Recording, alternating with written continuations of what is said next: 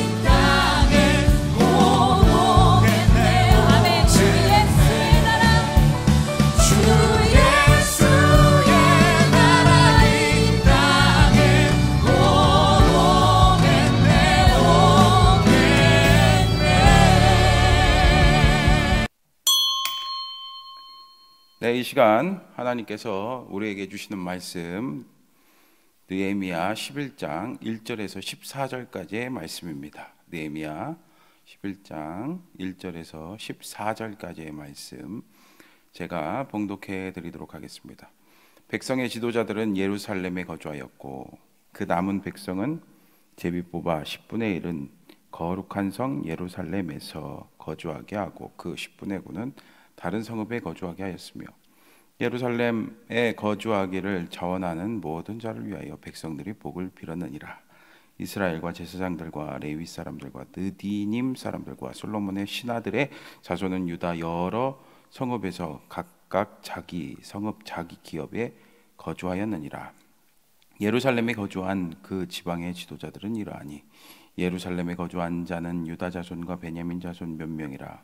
유다 자손 중에는 베레스 자손 아다야이니 그는 우시아의 아들이요 스가랴의 손자요 아마랴의 증손이요 스바디아의 현손이요 마알랄렐의 오대손이며 또 마세야니 그는 바룩의 아들이요 골호세의 손자요 하사야의 증손이요 아다야의 현손이요 요야립의 오대손이요 스가랴의 육대손이요 실로 사람의 칠대손이라. 예루살렘에 거주한 베레스 자손은 모두 468명이니 다 용사였느니라. 베냐민 자손은 살루이니 그는 무술람의 아들이요 요에스의 손자요 부다야의 증손이요 골라야의 현손이요 마세야의 오대손이요 이디엘의 육대손이요 여사야의 칠대손이며 그 다음은 갑배와 살레 등이니 모두 928명이라. 시그리의 아들 유엘이 그들의 감독이 되었고 하스누아의 아들 유다는 버금이 되어 성읍을 다스렸느니라.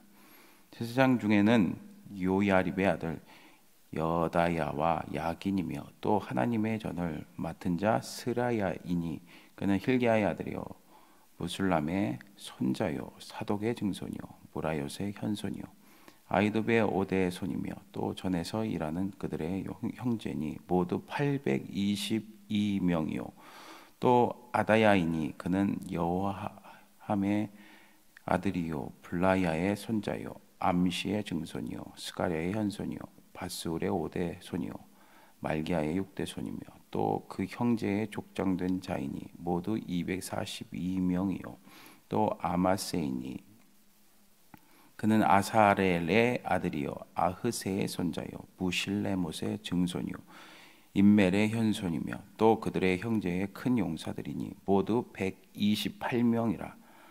하그돌림의 아들 삽디엘이 그들의 감독이 되었느니라. 아멘. 네, 할렐루야. 네, 오늘도 이렇게 영상으로 예배 드리신 여러분들 가운데 하나님의 크신 은혜와 축복이 가득 넘치기를 간절히 바랍니다. 오늘은 평안을 이루는 사람이라는 제목으로 말씀 나누도록 하겠습니다. 여러분, 예루살렘 성은 이스라엘 백성들에게 아주 중요한 곳이었습니다. 왜 그렇습니까? 물론 그곳이 과거의 수도였기도 하지만 그 이름의 뜻을 보면은 잘 알 수가 있습니다. 여러분, 이 예루살렘의 뜻이 무엇입니까? 그렇죠. 평화의 성이란 뜻입니다. 그렇다면 그것이 정말 평화의 성이 될 수 있습니까? 어떻게 그곳이 평화의 성이 될 수 있습니까?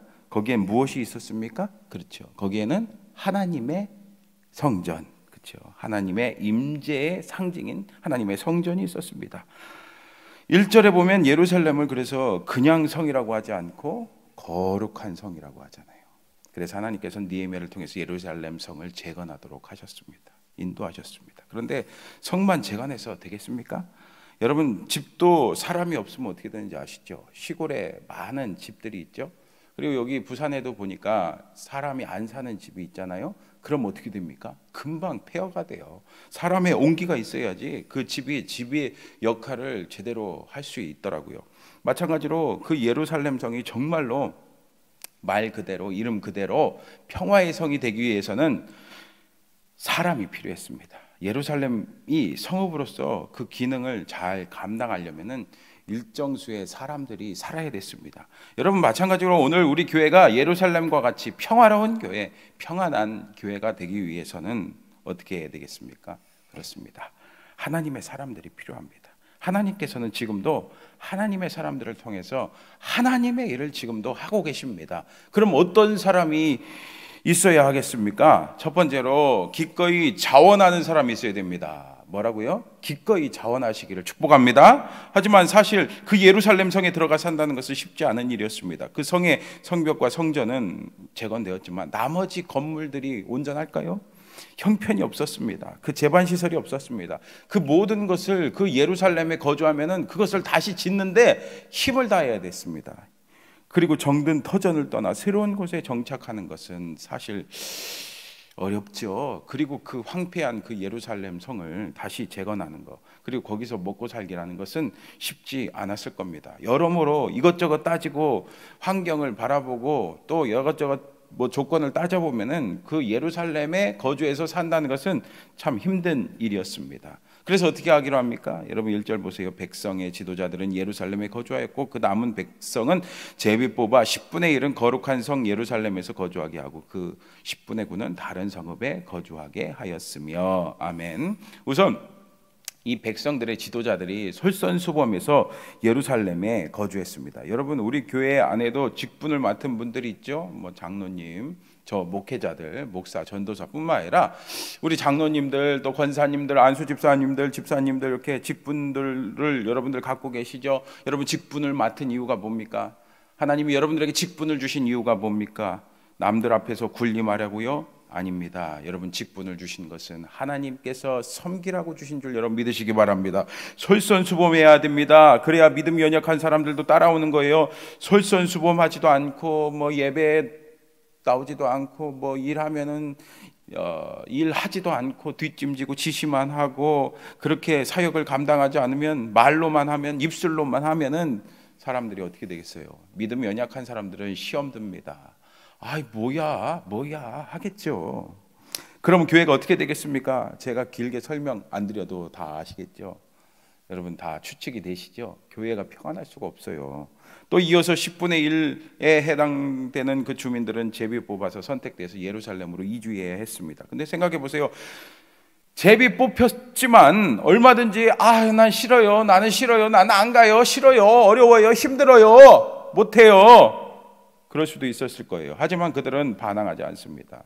기꺼이 순종합니다. 정든 터전을 떠나 예루살렘에 이주하는 이것은 쉽지 않은 일인데 그럼에도 불구하고 기꺼이 뭐 했대요? 오늘 2절 말씀 보니까 예루살렘에 거주하기를 자원하는 모든 자를 위하여 백성들이 복을 빌었느니라. 아멘. 여러분 이렇게 하나님께서는 자원하는 사람들을 통해서 하나님의 일을 감당하십니다. 다른 여건이 좋아도 이렇게 자원하는 사람이 없으면요 하나님의 일은 되지 않아요. 자원하는 사람이 있어야 됩니다. 근데 여러분 우리는 어떻습니까? 여러분 기꺼이 자원하고 계십니까? 순종하십니까? 따르고 있습니까? 사실 우리가 이것저것 따지면은 순종하기 또 자원하기 어렵습니다. 쉽지 않습니다. 그래서 오늘 우리가 교회 사역을 해가면서 혹시 여러분 어떤 외적인 것을 보면서 외적인 여건만 중요하게 여기면서 이것저것 따지면서 혹시 그렇게 생각을 하고 있지 않은지 우리가 한번 점검해 봐야 됩니다. 막 그런 거죠. 김 집사는 안 하는데 왜 나만 시키냐고. 그렇죠? 교회 학교라든가 주방 봉사라든가 여러 가지 그 교회 보면 사역이 있잖아요. 아니 저 이 집사는 하지도 않는데 왜 나만 해야 되냐 하면서. 그렇죠? 여러분 기쁘게 자원하며 주님의 일을 감당하시길 축복합니다. 그러면요 나머지는 채워주십니다. 이것 때문에 못하고 저것 때문에 못하고 물질 때문에 못하고 사람이 없어서 못하고. 여러분 이건 다 인간적인 생각이에요. 하나님이 하시면은 뭐든지 다 되는 줄 여러분 다 아시죠? 다 믿으시죠? 이렇게 백성들은 자원하는 사람들을 위해서 또 무엇을 했습니까? 2절에 보니까 하반절에 백성들이 이 자원하는 사람들을 위해서 복을 빌었다라고 말씀하고 있습니다.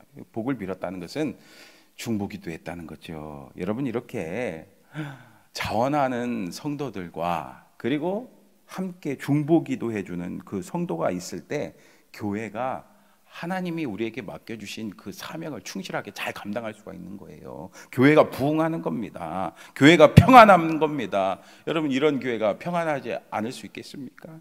또 두 번째로, 평안한 교회가 되기 위해서는 각자 맡은 일에 대해서 최선을 다해야 됩니다. 뭐라고요? 각자 맡은 일에 대해서 여러분 최선을 다하시길 축복합니다. 계속해서 3절에서 9절을 쭉 보니까 예루살렘에 거주하게 된 사람들의 명단을 쭉 기록하고 있죠.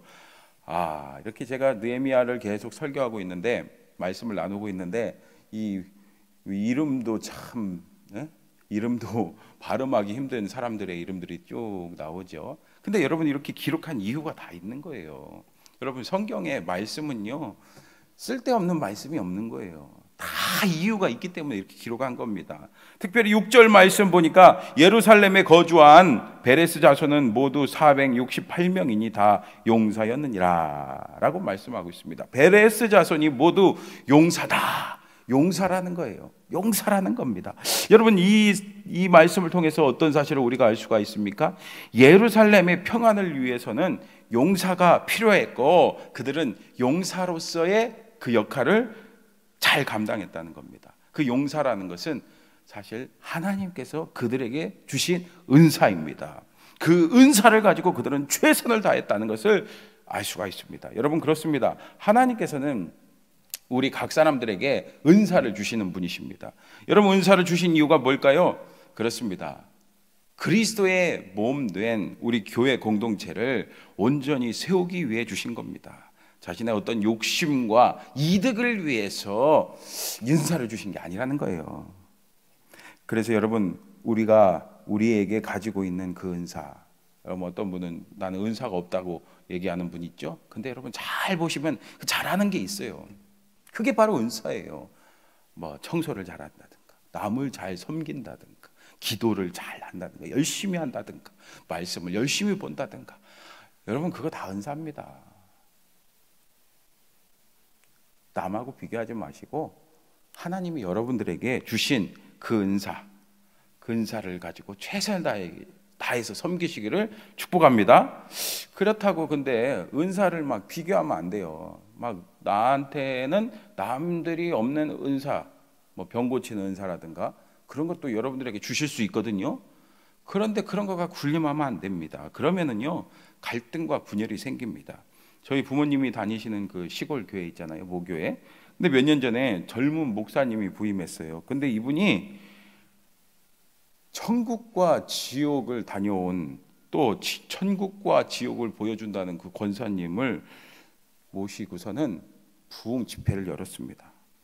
그렇게 부흥회가 끝나고서는 문제가 생겼어요. 어떤 사람은 천국을 봤다고 그러고, 어떤 사람은 천국을 못 봤다고 하고. 그러다 보니까 교회가 어떻게 되겠습니까?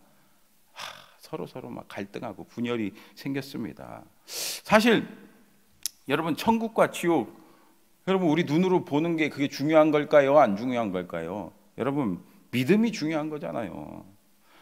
결국에 교회가 그 시골 교회 몇 명 되지도 않는데 막 서로 다툼이 일어났습니다. 그래서 그 결국에 어떻게 됐냐? 그 목사님은 우리 교단을 탈퇴해 버렸어요. 그리고 자기를 추종하는 몇몇 사람들 데리고 가서 교회를 개척해 버렸어요. 여러분, 이게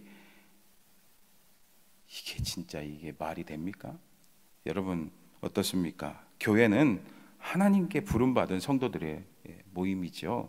근데 하나님께서 우리를 부르실 때 그냥 부르시지 않고 다 은사를 주십니다. 능력을 주십니다.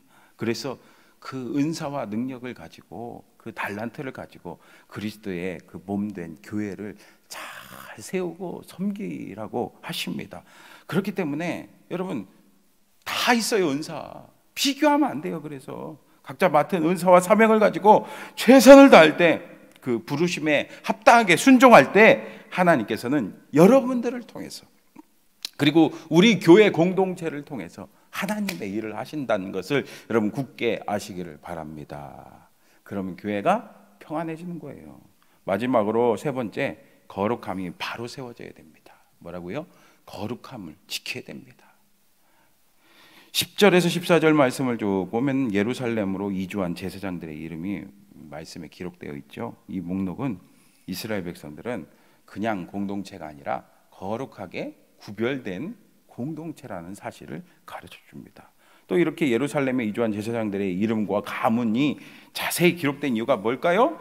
이스라엘 백성들은 하나님께 예배드리는 공동체이므로 하나님께 드리는 그 예배가 회복되면은 그 공동체는 안전하고 평안하다는 거예요.